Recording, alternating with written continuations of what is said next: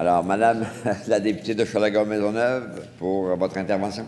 Merci, Monsieur le Président. Alors, il me fait plaisir à mon tour d'intervenir comme porte-parole de l'opposition officielle concernant le projet de loi numéro 15, loi sur la gestion et le contrôle des effectifs des ministères, des organismes et des réseaux du secteur public ainsi que des sociétés d'État. Alors, hier, Monsieur le Président, nous avons fait la prise en considération et j'ai pu, par cette allocution, présenter finalement l'ensemble du projet de loi, mais article par article, en faisant la nomenclature des gains et des problématiques que, pour nous, l'opposition officielle, il y avait au niveau du projet de loi. Mais je voudrais, dans un premier temps, Monsieur le Président, remercier mes collègues qui m'ont accompagné dans cette aventure pour découvrir l'univers du président du Conseil du Trésor. Alors, mon collègue de Saint-Jean, mon collègue de Jonquière, ma collègue de Joliette qui m'ont accompagné dans cette aventure. Je voudrais aussi remercier, Monsieur le Président, l'équipe qui entourait le président du Conseil du Trésor, qui ont fait vraiment un travail extraordinaire finalement, pour nous permettre de mieux comprendre et mieux apprécier ce projet de loi-là, mais surtout mieux le comprendre parce qu'avec les explications, on en a vu les limites et aussi, ça nous a permis aussi de bien comprendre.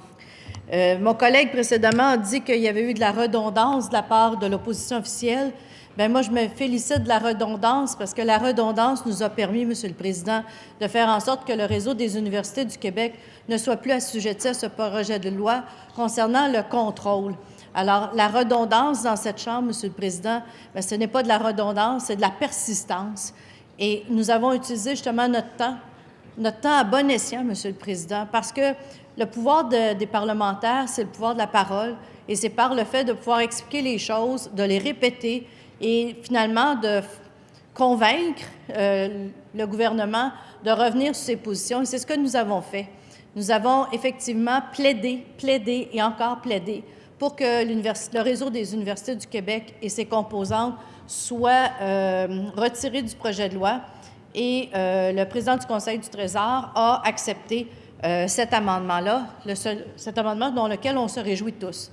Mais dans un deuxième temps, nous avons aussi plaidé pour que l'UPAC, l'unité anticorruption, puisse justement être sortie du projet de loi, parce que pour nous, le contrôle sur cette unité-là des effectifs est totalement en discordance avec les objectifs même de l'unité.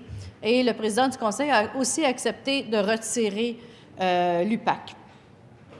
Cependant, le projet de loi, Monsieur le Président, vient faire en sorte, entre autres, à l'article 12, de faire en sorte de maintenir les services. Et il est là, finalement, Monsieur le Président, l'enjeu de cette législation. Le président du Conseil qui va dorénavant contrôler l'ensemble des effectifs des ministères, des organismes et des sociétés d'État, mais dans un objectif de maintenir les services. Et ça, pour nous, il y avait là un enjeu important. On a discuté très longuement de l'article 12, mais surtout de comment on va contrôler cet objectif. Et pour nous, il y a là un enjeu important d'efficacité et d'efficience que le Conseil du Trésor devra démontrer.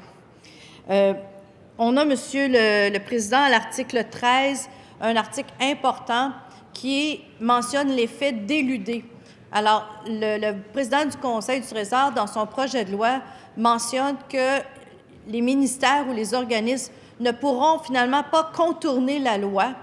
Et on a été en discussion longtemps là-dessus à l'article 14 et finalement, on a obtenu des amendements du président du Conseil du Trésor pour faire en sorte que les contrats qui sont destinés à des personnes physiques. Alors, on sait, Monsieur le Président, comment ça fonctionne. Alors, un ministère qui se voit compressé dans ses effectifs pourrait avoir le goût de contourner la loi et faire affaire de façon individuelle avec des personnes physiques pour faire faire à l'extérieur du travail, à l'intérieur du travail qui aurait dû être fait par l'équipe du ministère. Et le président du Conseil du Trésor a accepté de venir baliser et venir serrer cette mesure-là, ce qui fait que dorénavant, les contrats de 10 000 $ et plus destinés à une personne physique devront être approuvés par le Conseil du Trésor et ceux de 25 000 et plus pour un organisme versus une personne morale devront aux 3 mois être approuvés par le Conseil du Trésor. Alors, ça vient mettre des balises, ça vient mettre en tout cas du resserrement au niveau du contrôle. Ce que le président du Conseil du Trésor souhaite avoir, c'est plus de contrôle. Eh bien là, il aura les moyens de le contrôler, nous dit-il. Et là, c'est là que nous, on s'interroge sur les moyens, parce que il y a gel d'embauche, gel d'effectifs. C'est la même chose pour lui et son équipe au Conseil du Trésor. Alors, pour nous, on a une inquiétude vive en disant comment va-t-il faire pour suivre toute cette machine? Parce qu'actuellement, le président du Conseil du Trésor surveille environ 50 000 effectifs. Et là, c'est 450 000 dorénavant qu'il aura à surveiller. Alors, c'est énorme. C'est 5 fois la capacité qu'il a présentement. Son objectif de dénombrement des effectifs est très intéressant et ça, là-dessus, on l'a appuyé. On l'a appuyé dès le début. On a même demandé de scinder le projet en 2 pour justement répondre à cette volonté de connaître combien d'effectifs l'ensemble de l'État, ce que le ministre appelle son univers, alors l'ensemble de l'État a. Et ça, incluant les sociétés d'État. Et là, M. le Président, on va vraiment dans toutes sortes d'organismes, que ce soit au niveau du Conservatoire de musique et d'art dramatique, l'École nationale de police, que ce soit au niveau de la Place des Arts, la Société des Traversiers, Grand Théâtre, mais aussi s'ajoute à ça, tout particulièrement, Hydro-Québec, l'Auto-Québec, la Société des alcools et les Innovatech en tant que tels, du Grand Montréal, Sud du Québec, Chaudière-Appalaches, et Régions ressources. Alors ça, c'est les derniers organismes n'étaient pas sous le contrôle du président du Conseil du Trésor. Dorénavant, il aura le contrôle et il pourra même aller déterminer le niveau des effectifs de ces sociétés-là directement parce que c'est directement lui qui va intervenir là-dessus sans passer par le ministre titulaire dans le cadre de ces sociétés d'État. Alors, Monsieur le Président, vous voyez que c'est énormément de pouvoir que s'est arrogé le Conseil du Trésor. Et, entre autres, il a même fait en sorte que, dorénavant, la CARA et la Commission Santé et Sécurité au travail soient assujetties au Conseil du Trésor. D'ailleurs, la CARA, c'est le gouvernement qui est là présentement qui les avait retirés de ce pouvoir-là en 2006. Et là, il les ramène dans le giron du Conseil du Trésor. Aussi, bien important, Monsieur le Président, l'Association des pharmaciens en établissement qui ont une entente de travail 2012-2015 souhaitait avoir des confirmations, mais surtout être rassurés sur l'effet de la loi, parce que pour eux, entente de travail, ce n'est pas une convention collective.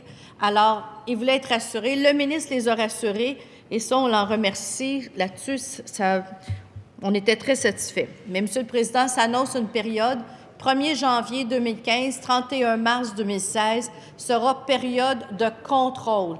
Et là, période de très grand contrôle. Le président du Conseil du Trésor prend les commandes de l'ensemble de l'univers gouvernemental au niveau des effectifs, au niveau des contrats publics. Et là, ce qui n'est pas déterminé nulle part, c'est quel sera le niveau, les niveaux des effectifs qu'il déterminera en fonction de quoi? Ça, on ne sait pas, Monsieur le Président. Probablement avec des objectifs en lien avec l'équilibre budgétaire, mais peut-être aussi en lien avec d'autres objectifs.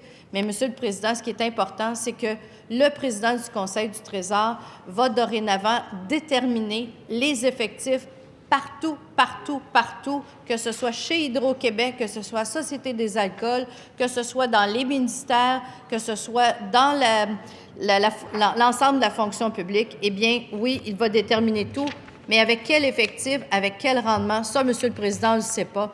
Et c'est pour ça que de ce côté-ci de la Chambre, la partie dénombrement, nous sommes pour, mais la portion contrôle avec des pouvoirs vraiment importants et, à notre avis, démesurés du président du Conseil du Trésor, c'est pour ça qu'on va voter contre ce projet de loi-là, Monsieur le Président. Alors, je vous remercie, Madame la députée, pour votre intervention.